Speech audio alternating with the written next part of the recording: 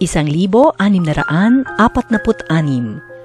Ang kwento ng La Naval ay kwento ng tagumpay ng pananampalatayang Pilipino. Mahigit na 350 taon na ang nakararaan nang maganap ang mahimalang digmaan ng La Naval. Sa tulong ni Maria, Reyna ng Santo Rosario, nagtagumpay ang mga Pilipino at mga Kastila sa kanilang mga laban sa pagtatanggol sa pananampalatayang Katoliko.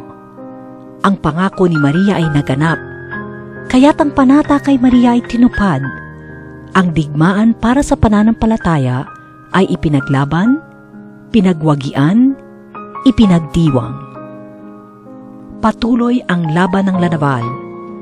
Patuloy ang laban natin para sa pananampalataya.